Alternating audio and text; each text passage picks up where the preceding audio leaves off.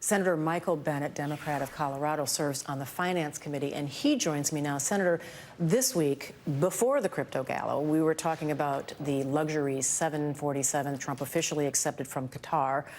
How are you processing all of this, and what are the legislative checks that you might be able to use to try to bring him into line with the norms that we normally see with the president and any elected officials trying to avoid at least the appearance of this kind of corruption? Well, I mean, he obviously, we know now for two presidencies that the more brazen it is, the more he likes it, because I think that he's using this to basically say, I think I'm immune from anybody's oversight. And he's not. And I wrote a bill last week called the Stable Genius Act that would say that no president, no member of a president's family, and no member of Congress should be able to issue cryptocurrency. And if they own cryptocurrency, they should put it in a blind trust so they don't influence the value of that while they're in office. That seems like a pretty obvious thing that we should do. And I think we should have a vote on the floor in the Senate when we get back from this recess, and that'll give Democrats and Republicans the opportunity to say whether they will endorse this kind of corruption, or, given the opportunity to vote against it, that they'll take a vote against it. You know, it's one thing to say in private that you're disgusted with this behavior. It's important for this to come out in front of the American people so they can make a judgment about whether or not their elected officials are willing to do the oversight that is required, and especially at a moment like this.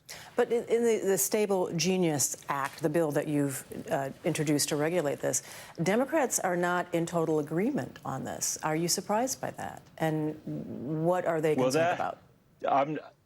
I actually think that's a really important point. So my amendment, which people can learn more about at michaelbennet.com, is called the Stable Genius Act. But you're right, there is an underlying bill that is called the Genius Act, and that is meant to regulate stable coins in the United States. And you're right, there has been some disagreement in the Democratic Party about that.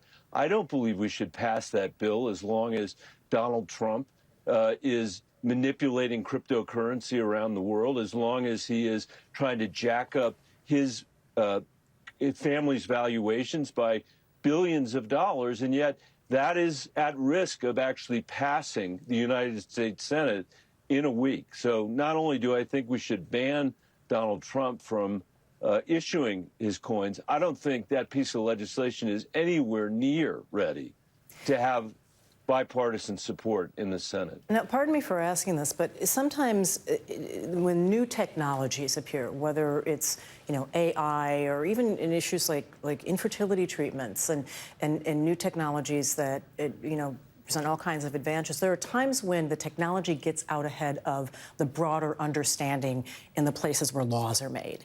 And is this one example of that, where the lawmakers are struggling not just to figure out how to legislate this, but to just understand the basic tenets of cryptocurrency?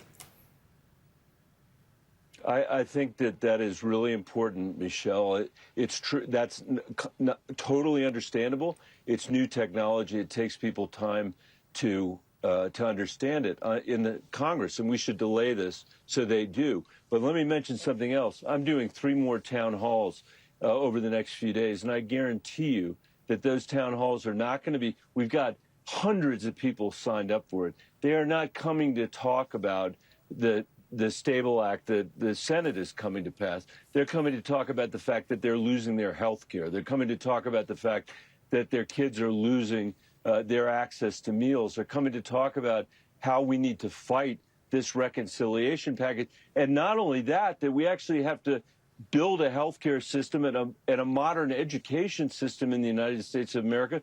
None of that has anything to do with the insanity that Donald Trump is pursuing at the moment. But we can't lose track of that, especially, I would say, as Democrats who lost the last election to Donald Trump.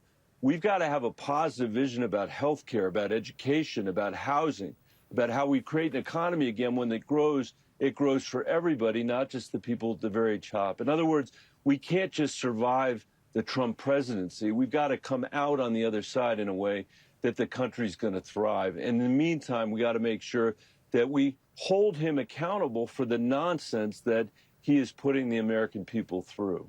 And as you note, a reconciliation bill is coming your way in the Senate that has provided tax breaks for the rich and serious cuts for those who are living on the other end of the economy. Senator Michael Bennet, thank you very much for being with us. Thank you for having me. Coming up.